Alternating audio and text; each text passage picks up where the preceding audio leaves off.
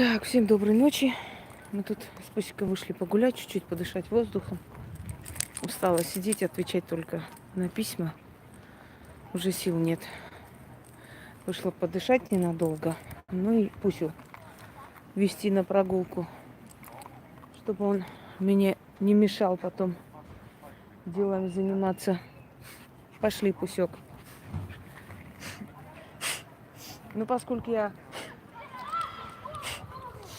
на ходу работаю, и у меня нету ни секунды времени на себя, то заодно и сниму прямой эфир и проясню некоторые вопросы, о которых, в принципе, говорила 500 раз. Ой, здравствуйте. Много говорила, но приходится по новой говорить. Ну, во-первых, или у людей память короткая, или они невнимательные, или новые люди есть, которым лень изучить канал, и они лезут со своими вопросами, надоедая мне. Значит, во-первых, когда открываете канал, там есть выведенное специально для вас закрепленный ролик. И там написано WhatsApp, Яна, не звонить, писать только. Для консультации. Это раз. Как ко мне обращаться? Набирайте сведения о канале. Там есть мой номер, чтобы вы знали, что я в курсе дела по каким-то очень важным вопросам. Но есть номер Яны. Яна моя помощница. Я ее попросила буквально, наверное, месяца 2 с чем-то назад вести мои именно консультации, потому что я не справлялась, потому что это нереально, невероятно, столько всех записывать и так далее. Дальше.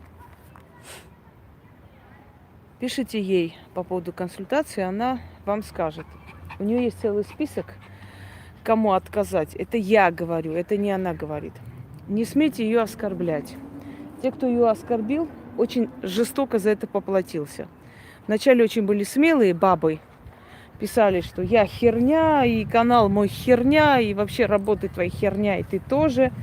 Но когда я им пообещала кое-что, и это кое-что сбылось через короткое время, мне писали, становлюсь на колени, умоляю, простите, беру свои слова обратно. Так вот, чтобы вам на колени не становиться, лучше пасть свою не открывать для начала. Если человек вам говорит, вам отказано, не надо принижать этого человека, не надо, привет, Илона, не надо писать гадости этому человеку, например, вот такого вот плана.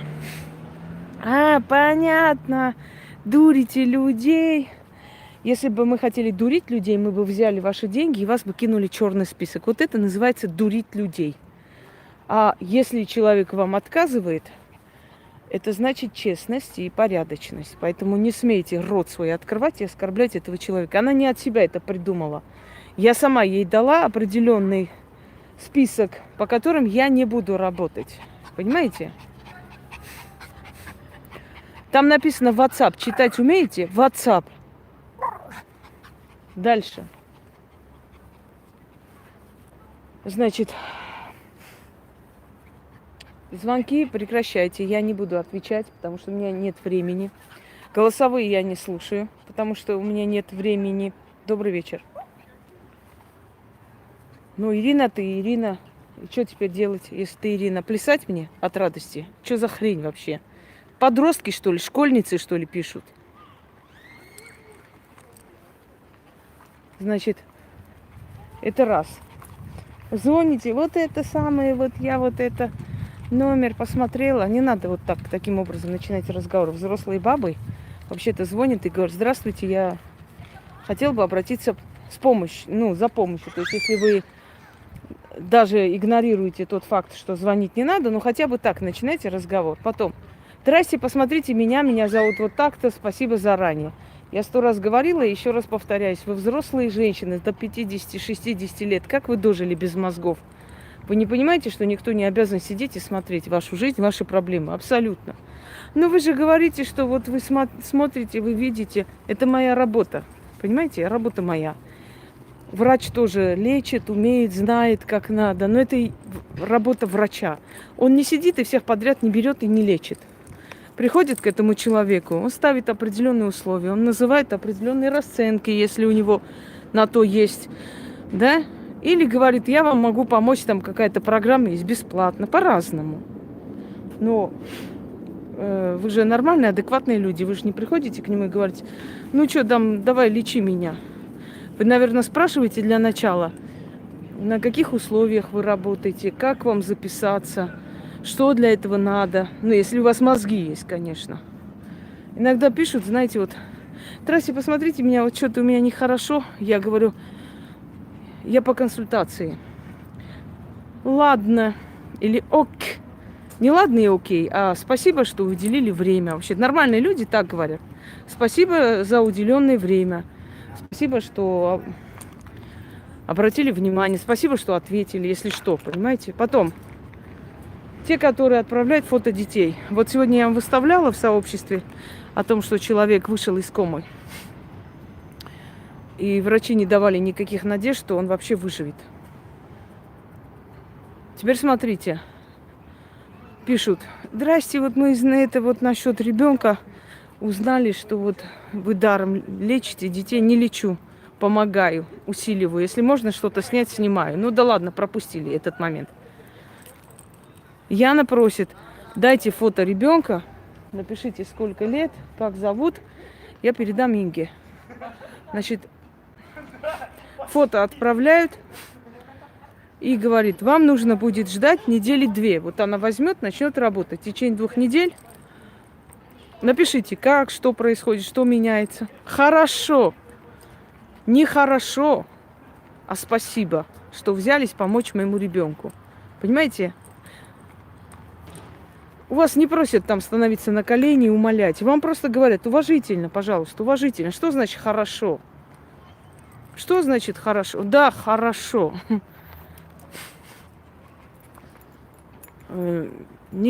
Понимаете, не считайте, что кто-то вам обязан. Мне иногда говорят, что я могла бы страной править. А почему бы нет? Если я могу править сотни тысяч людьми, если меня видят, смотрят миллионы людей, я подбираю ключ к этим людям. Если я знаю, как с ними разговаривать, не слишком допускать и не слишком как-то, знаете, обижать.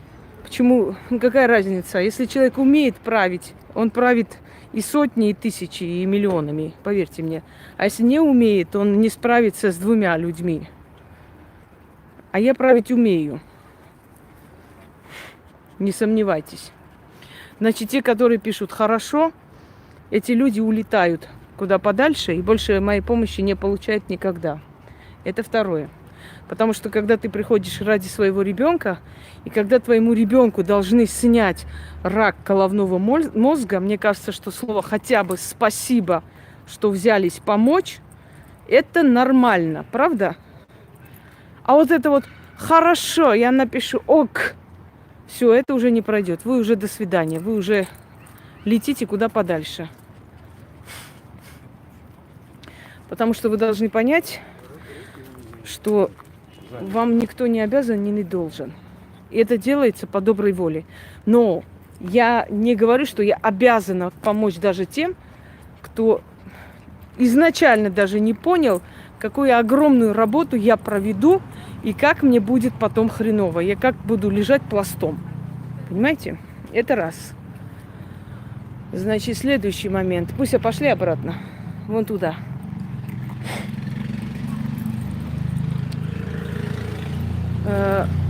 Здрасте, там мне помощь нужна, как там вот, я вот ваш номер видел, этих людей я вообще слушать не буду и не собираюсь, потому что когда вы обращаетесь к человеку, вы, по крайней мере, должны знать имя этого человека. Это элементарное воспитание и уважение, понимаете? Потом, посмотрите меня, не проходит. Приходят, спрашивают. На каких условиях вы принимаете, как можно к вам попасть, хотя бы, да, хоть 500 раз говорили, ну, можно спросить. Записывайтесь на консультацию и ко мне. На консультацию вы узнаете, то есть вас спросят, если вы, предположим, по болезни, с вас не возьмут денег, просто возьмут фотографию, и я начну работать, если возьмусь за вас. Если дело серьезное, то уже по-другому. Но это нужно посмотреть, я не могу сходу.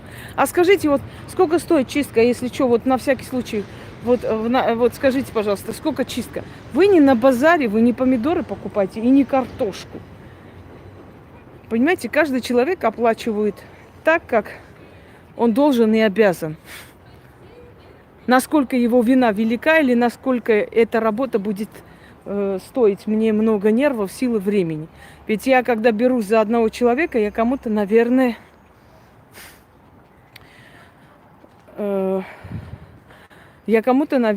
отказываю в это время. И, естественно, это должно компенсироваться. Далее. Пошли пусть.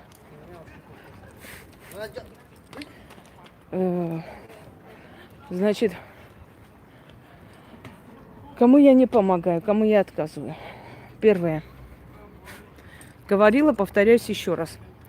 Самки во время течки, у которых горит передница синим пламенем, ко мне не приходите. Я вам говорила 500 раз, я не делаю привороты. Мне это не интересно.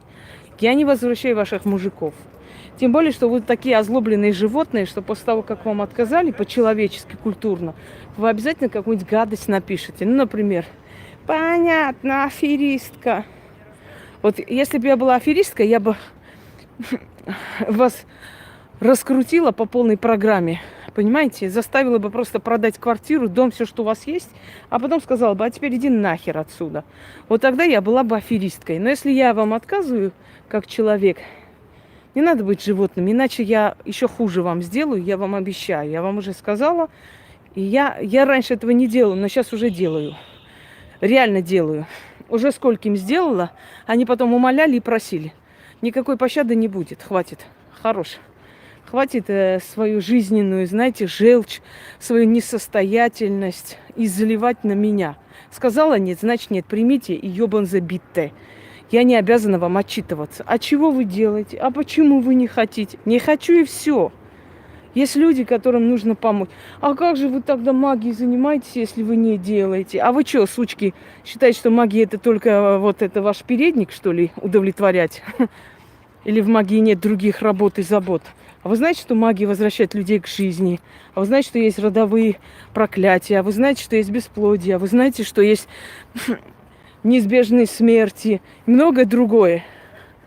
Или магия только для вашего передника придумана, чтобы этих ваших быков привлекать, шлюхи? Дальше идем. Не делаю я привороты и не советую. И поскольку очень много самок, которым очень надо, у них нет ни самоуважения, ничего. Я вообще первый раз, вот в жизни я даже не представляю, чтобы я взяла, кого-то тащила, кто с другой живет, меня унижает, оскорбляет, мне делает гадости, срет мне в душу, а я иду, его привораживаю, люблю, с ума схожу. Да это надо быть вообще животным каким-то последним, чтобы вот такой вот херней заниматься. Это животным надо быть, абсолютно. Да чихала я на такую любовь. Если он растоптал меня, да пошел он нахер, сдохнет, даже на похороны не пойду. Еще не хватало пойти за него, там привороты делать. Но если вы такие, это не означает, что, знаете, в магии только кроме вот этой вот херни ничего не существует.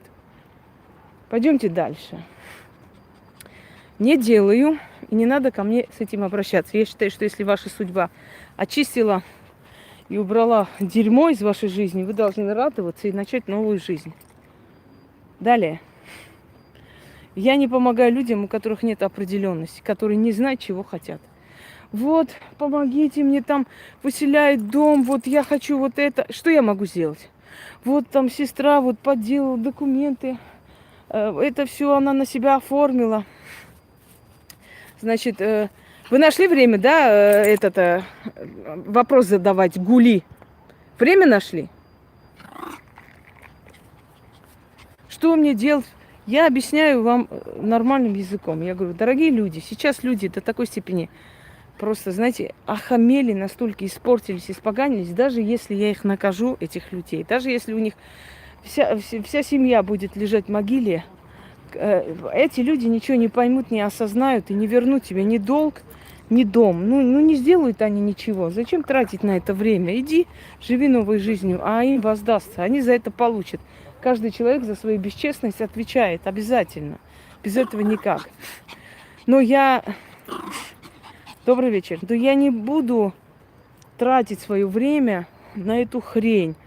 Вот это делать там на судебных приставов, повлиять еще на кого-нибудь и так далее. Этим я не занимаюсь. Далее.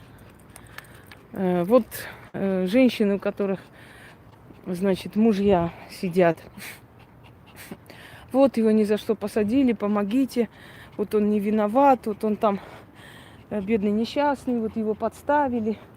Знаете, я еще не знаю ни одного заключенного, который скажет, я виноват, я вот это сделал и так далее. Даже если он в этом не виноват, он вел криминальный образ жизни в любом случае. И в конце концов все равно где-нибудь это прорвало, понимаете? Вот здесь он не виноват, а в остальных случаях был виноват. Но вот каким-то образом все-таки его, как вам сказать, взяли, наказали. Я не собираюсь ваших мужиков вытаскивать в тюрем. Пускай сидят, господи, живите нормально. Чего вы прилипли к ним? Ой, вот он сидит, помогите его вытащить. Зачем оно тебе надо?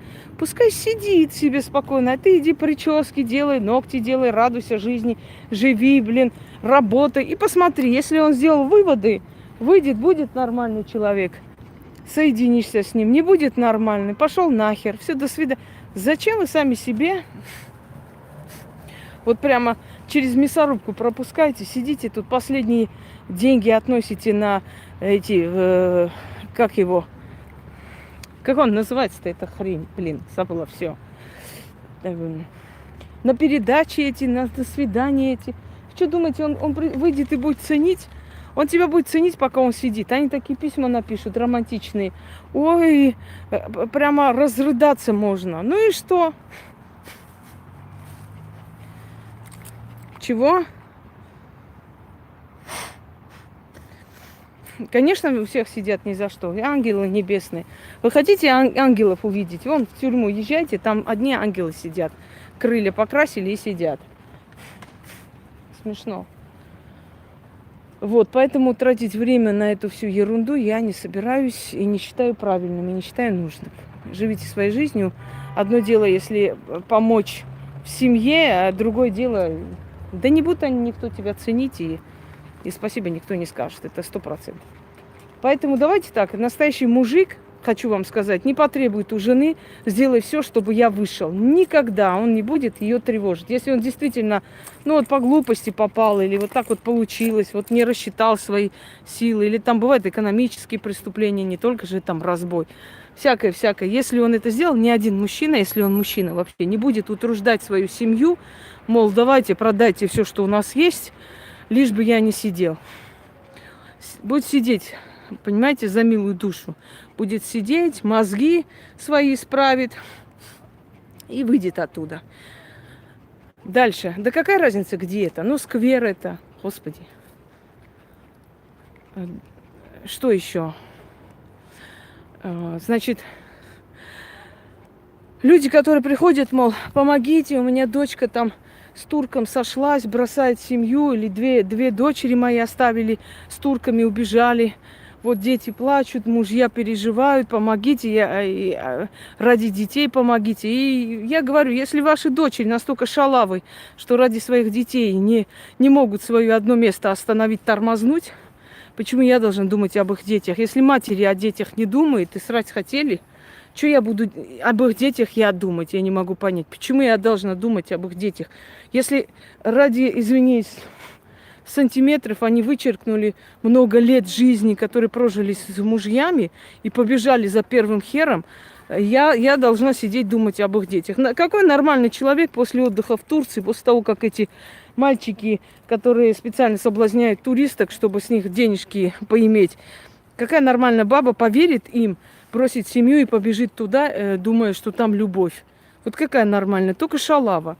И вот если ты своих дочерей так воспитала, что они при первых же этих самых сразу бросают всю семью, все вычеркивают, все оставляют, плюют на слезы своих детей ради своего траха, я должна сидеть и переживать, Ну, ради детей помогите. Пусть ради детей матери остановят свои письки и помогут им, а не я. Что я могу сделать? Вот скажите. Я должна тратить свое время, свои силы. Ради чего? Тормознуть их одно место? Вот. Значит, Артур Сукиасян, или как там тебя, который вовсе не Артур, пошла вон отсюда. Вот. Значит, дальше. Единственный совет, что я могу этим бабам сказать, тормозните свои письки. Есть у вас там какой-нибудь этот стоп-кран? Нажмите, чтобы оно тормознуло. Правда, резина потом сгорит на месте, но ничего, можно как-нибудь потерпеть. Чтобы я ради своего удовольствия довела до слез своего ребенка, да, блядь, лучше я сдохну, чем так жить. Это что за жизнь вообще? И поэтому, дорогие друзья, когда вы говорите, вот помогите, у меня дочка с алкашом сошлась очередным, помогите. Что я помогу? Что я помогу? Если ты вырастила какое-то существо, какой-то шуваль вырастила подзаборную, я что, за 5 минут его воспитаю? Или, ой, помогите, у меня сын вот 40 лет не может работать, порча страшная, очень страшная порча у него. Он не может, я говорю, я не могу понять, при чем здесь порча, если он просто не хочет работать, если он привык вот так сидеть на твоей шее и жить. Порча тут при чем? Как у меня одна сказала, ой, вы не понимаете ничего, у меня вот везде видят порчу, у меня прям очень страшная мусульманская порча, вот, и поэтому я не хочу работать. Я всякие знаю разновидности порчи, но мне еще не попалась такая мусульманская порча, после которой человек работать не хочет ни хрена. Это что за интересная такая порча? Мне надо вот изучить подальше. Я даже хотела рецепт спросить, как это надо делать. А вообще, знаете, вот такая эта мусульманская порча очень быстро снимается, когда ты говоришь, жрать не будешь, пока работать не пойдешь, порча сразу улетает. Да, вот я прямо не могу, вот лежу и не хочу встать, у меня что-то порча страшная. И такие люди обычно от меня уходят, говорят, да, ни хрена она не видит, не понимает, потому что я сказала не то, что им хотелось. Вот. Значит, дальше. Кому я не помогаю? Одна полоумное существо мне пишет. Здрасте, там всю жизнь мои эти свекр, свекровь, еще кто-то там делает порчи. Я вот взяла у своей бабушки вот это знание, силу, пока еще новичок, не умею справляться. Я сказала, пошла нахер отсюда, все, до свидания. Она там прямо аж задница горела синим пламенем. Значит, пишет мне с другого номера и кидает меня в черный список. Но она забыла, что тот номер, откуда она первый раз написала, у меня есть. И я еще раз написала, я говорю, иди нахер еще раз. Вот, вы оскорбляете людей. Какое имеете право? Полное имею право. Если ты приходишь к врачу и говоришь, доктор, я тоже врач, вот я тоже, в принципе, все знаю, просто я вот сил не хватает, мне давай лечи меня. Доктор откроет дверь и пинком тебя выкинет отсюда на три буквы. Потому что если ты приходишь ко мне за помощью, говорить о том, что, ну, вообще-то я тоже ведьма. Ведьма, сама себе помоги, пошла вон отсюда. Ни одной ведьмы, никакие свекрови, никакие свекры, никакие заловки ничего делать не в состоянии. Потому что она сама сила вся, понимаете? Она сама огонь, который сожжет любого. Никто никогда ничего не сделает. Мне всю жизнь что-то там делали, да, самое лучшее лекарство от депрессии – это работать. Работать не пробовали, сразу говорят, помогает. Никто, дорогие друзья. Мне всю жизнь пытались что-то сделать, кто-то там что-то читал, кто-то угрожал. Господи, чего там только не было. Пойдемте-ка поднимемся домой, все вместе дружно. Но никто ничего сделать не смог. Почему? Потому что это смешно. Мне делать порчу, да даже смешно. Я даже не собиралась где-то что-то себя снимать. А что снимать-то, господи? Что там снимать? Это смешно. Реально, это эти, как у меня одноклассник говорил, птичьи удары.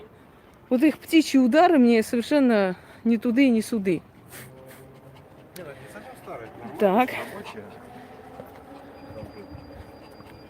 Значит, не надо пахать как лошадь, Надо найти любимую работу. И, как сказал Рокфеллер, найди любимое занятие, и не будешь работать ни одного дня. Пахать как лошадь не надо.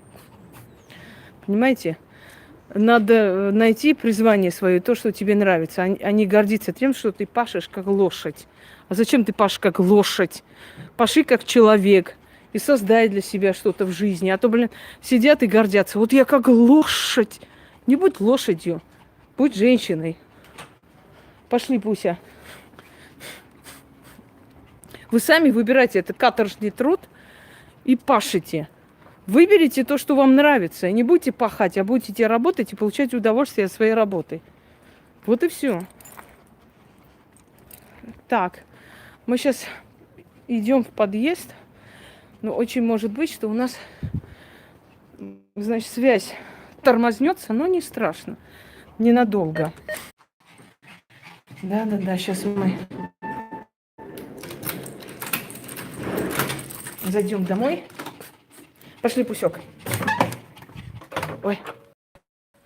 Это наш дом, да? И нам никогда не стыдно вернуться туда, потому что у нас всегда чисто. Пусть у нас и полно вещей, но у нас чистота на первом месте. А когда у нас будет свой дом скоро, точнее он есть, но переехать надо, тогда у нас будет все супер. Да, Пусёна? Но пока я сама не сяду за руль. А теперь продолжим нашу прелестную беседу. Так вот, значит, дальше. Кому я не помогаю? Людям, которые мне пишут. Вот четко ясно сейчас скажу все аспекты. Я не помогаю людям, которые заходят и сразу пишут: погадайте мне. Я их сразу отправляю в свой кишлак. Родной, любимый кишлак. Значит, дальше. Я не помогаю людям, которые заходят, то есть пишут мне сразу: почем вот гадание, а почем сколько, а сколько стоит вот моего сына? Прекрасно, пусть будет. У меня в жизни был такой случай, женщина, у которой 6 квартир в Москве. Сейчас я не знаю, жива, не жива, она мне даже не интересна. Так вот, у меня был такой случай, когда у нее 6 квартир от мужа, от свекрови, много кто еще там, еще любовник оставил ей 2 квартиры свои, он был бездетный. Значит, у нее онкология началась. В чем дело, Пусть? Ну, достал ты, Пусть, своими этими выкрутасами. На, иди.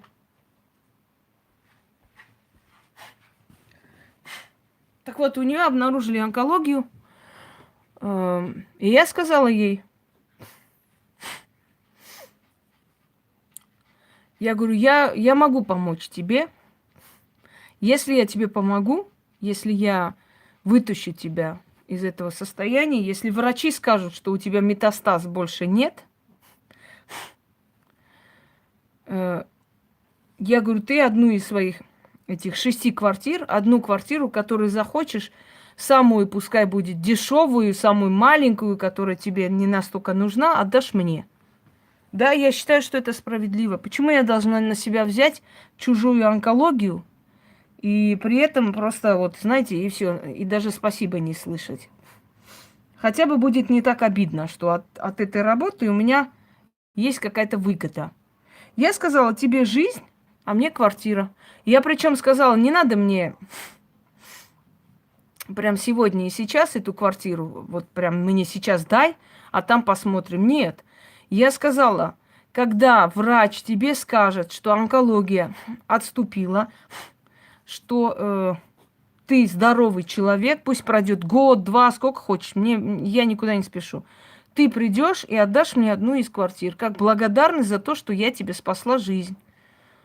Она, знаете, что сказала? Нет, не могу, эти квартиры должны детям остаться. Я говорю, у твоих детей еще 5 квартир остается в Москве, в хороших районах,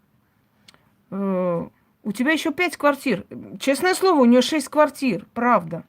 От матери осталось, от бабушки материнской, от отцовской бабушки. Свекровь оставила, муж оставил, и еще там, значит, любовник ее. Вот это все ее квартиры, ее настоящие квартиры, то есть ее. То, что ее сыновья в таком молодом возрасте, еще дети, лишатся матери, ей было посрать. Главное, что квартира. Почему я должна квартиру оставить? Нет. Я говорю, это твое право. Мне опять пишут.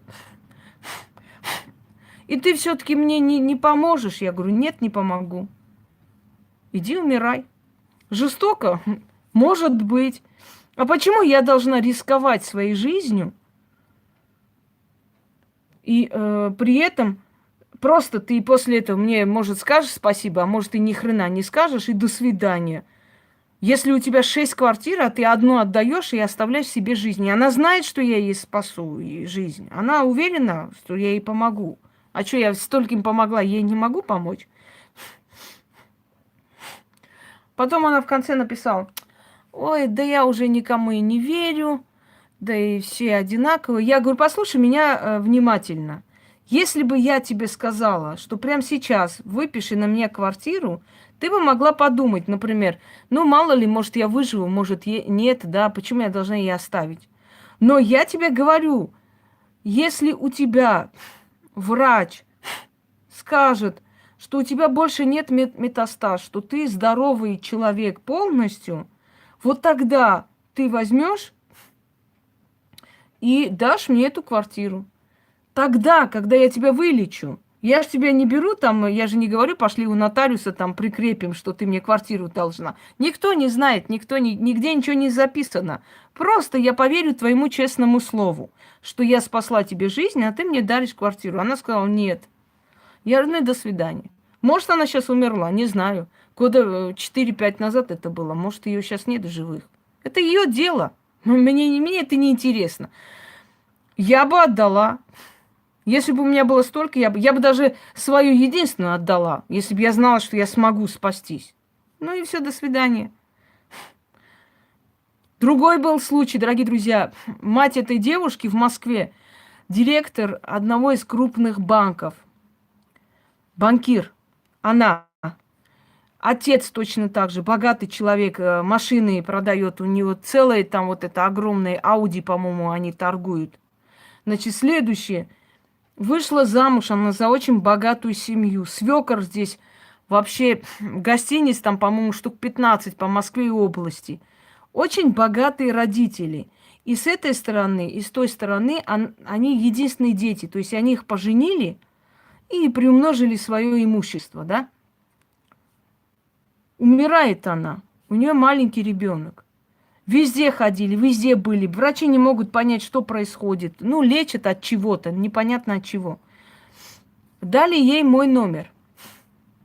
Она мне звонит. Здравствуйте, Инга, вот у меня вот такое вот так вот случилось и так далее, и так далее. И я знаю, что эти люди не последний хлеб доедают. Это богатейшие миллиардеры. Я говорю, я скажу свои условия. Я вам помогаю, я вас вытаскиваю, я вас спасаю, а потом ваши родители мне покупают дом. Вот в Подмосковье, где угодно, дом. Не очень дорогой, но дом. Подумайте и дайте знать. Да, один ребенок у них, одна дочь, и с той стороны, ну, один сын и сноха. И маленький у них ребенок есть. Миллионеры, которые возили в Израиль ее, в Австралию, в Австрию, везде.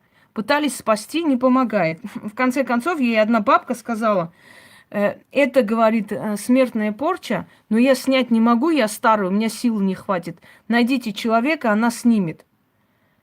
Сколько стоило тогда дом, например, в Московской области? Ну, самый шикарный дом где-то 7 лет назад может быть 3-4 миллиона.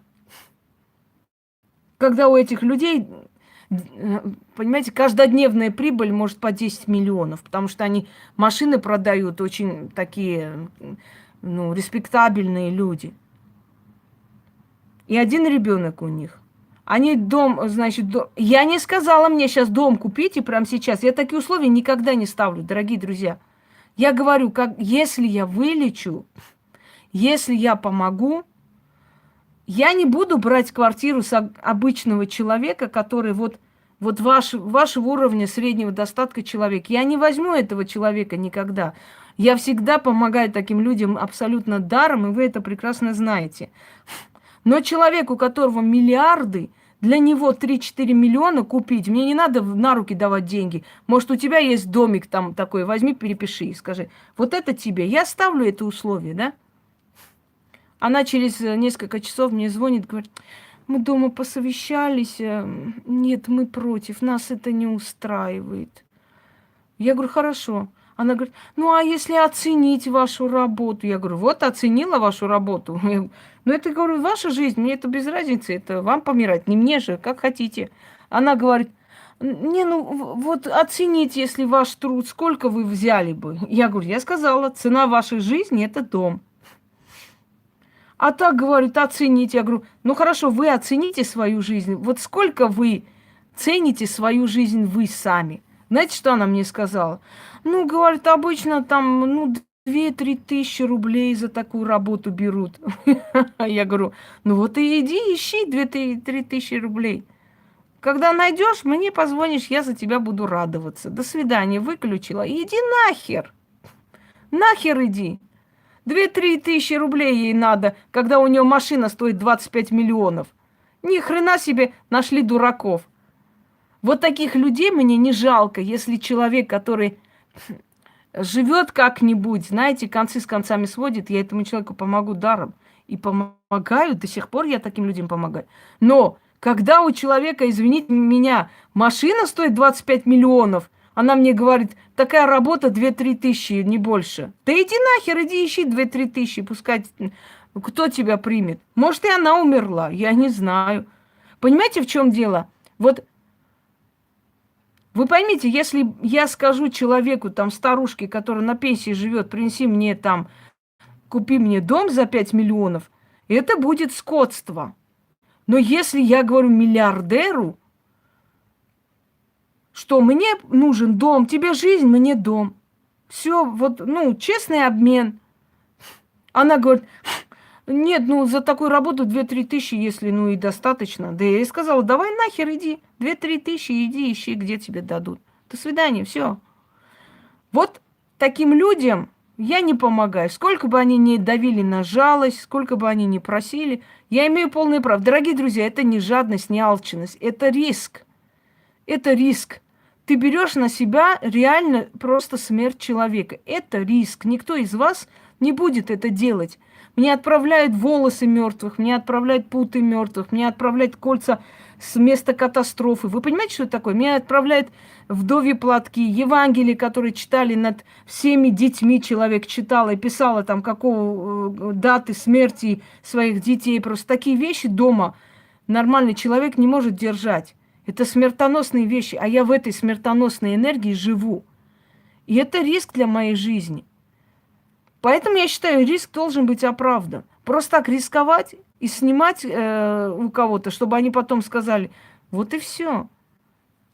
Все. Так вот, вот таким людям я помогать не буду, сколько бы они ни просили.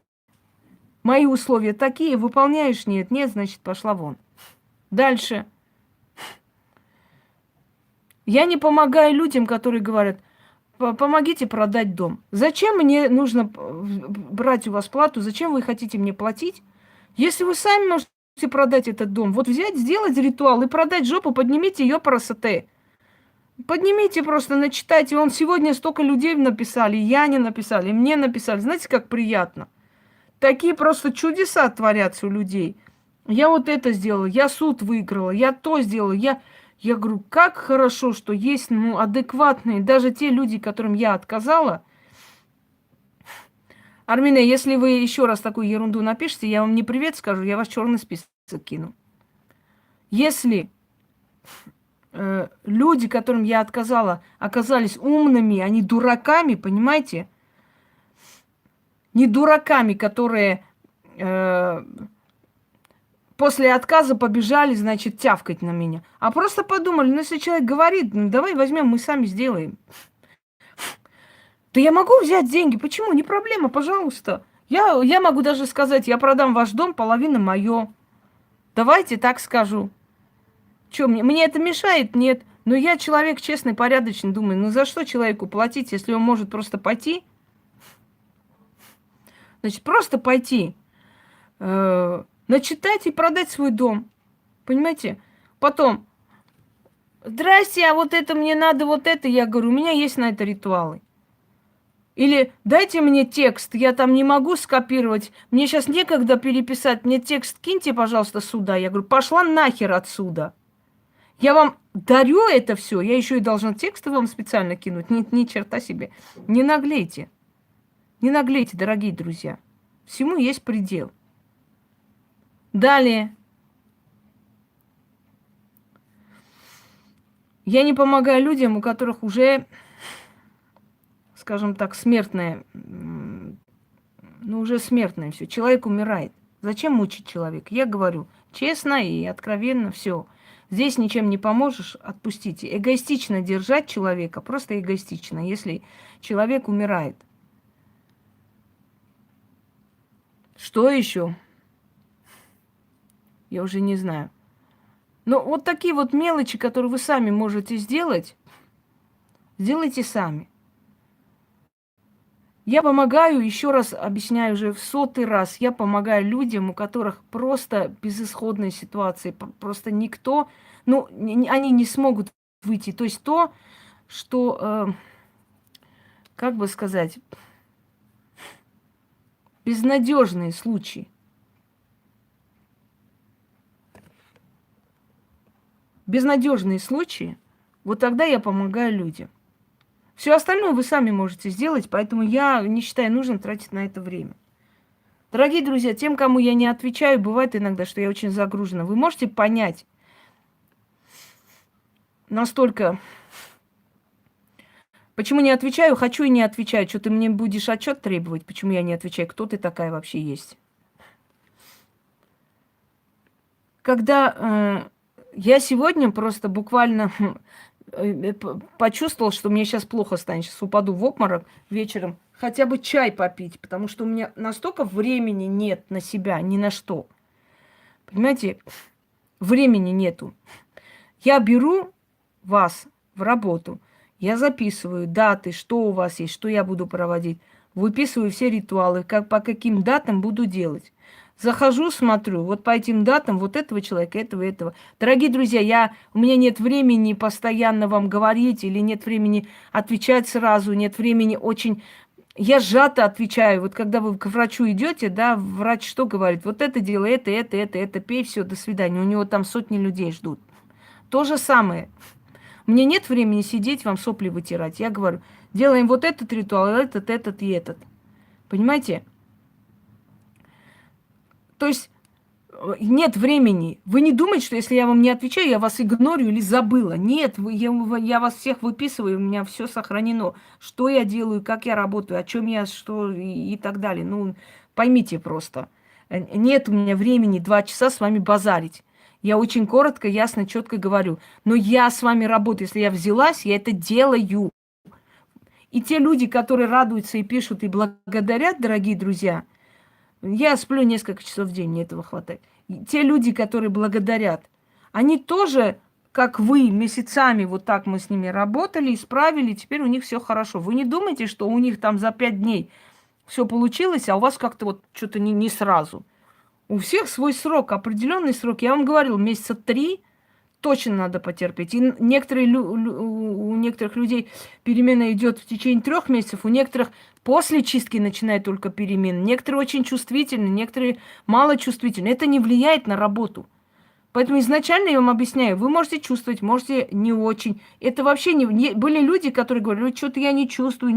Я потом говорю, а вы особо не радуетесь, что вы не чувствуете. Вы можете через 2 недели так почувствовать, что охренеете. И через 2 недели они такое почувствовали. Все прям, все, что у них болело, вышло наружу. А потом ушло. Так должно быть. Я говорила, я снимала видео «Доверься ведьме», чистка этапы, чистка подробно. Значит, что еще? Как все это происходит, что меняется во время чисток. Дорогие друзья, ну я говорю, объясняю одно и то же. Потом, еще раз, где найти, значит, Минасян? Ты никакая не Минасян, откуда-то приползла из говногруппы. Давай отсюда. Значит, что я хотела сказать? Забыла. Все, улетела. Да, помоги себе или как помочь себе. Там книги показала, разложила все, как, чего надо делать, что. Дорогие друзья, ну не могу же я одно и то же 500 раз снимать. Но это же в конце концов мне тоже надоедает, понимаете?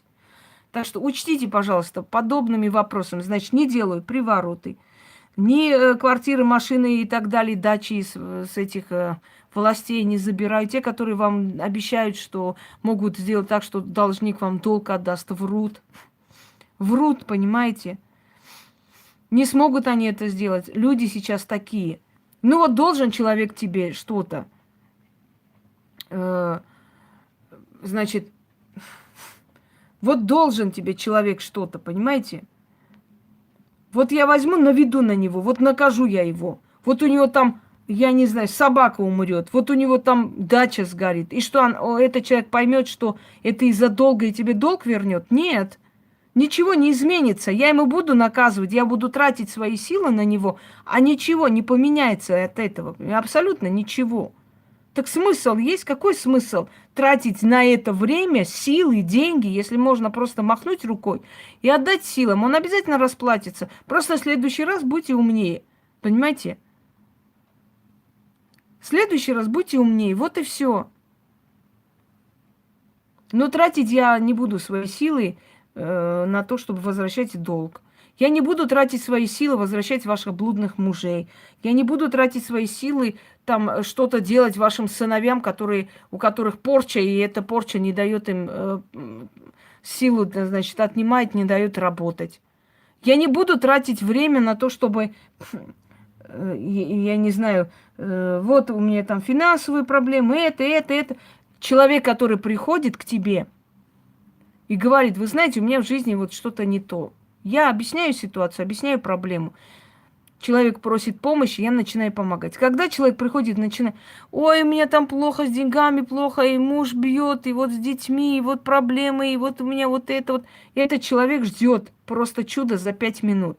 А если за 5 минут я чудо не обеспечу, этот человек будет меня облаивать везде и всюду. Понимаете? Дорогие друзья, именно потому мало проблем в жизни, потому что я не берусь за всех подряд. Если я бралась бы за всех подряд, я бы просто довелась до инсульта. Из 4000 в день написавших мне людей, я могу принять из них только 2-3 человека. Все. Из 4-5 тысяч. Самые трудные работы.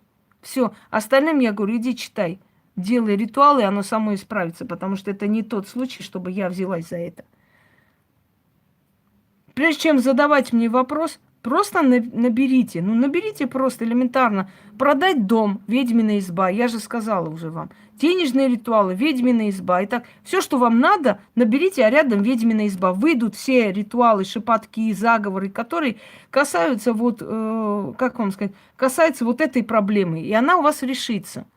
Но я не могу одно и то же постоянно говорить «доброй ночи». Все время повторять. И устаю я, в конце концов, поймите.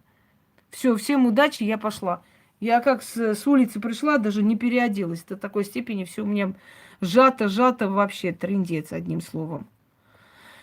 Все, всем удачи.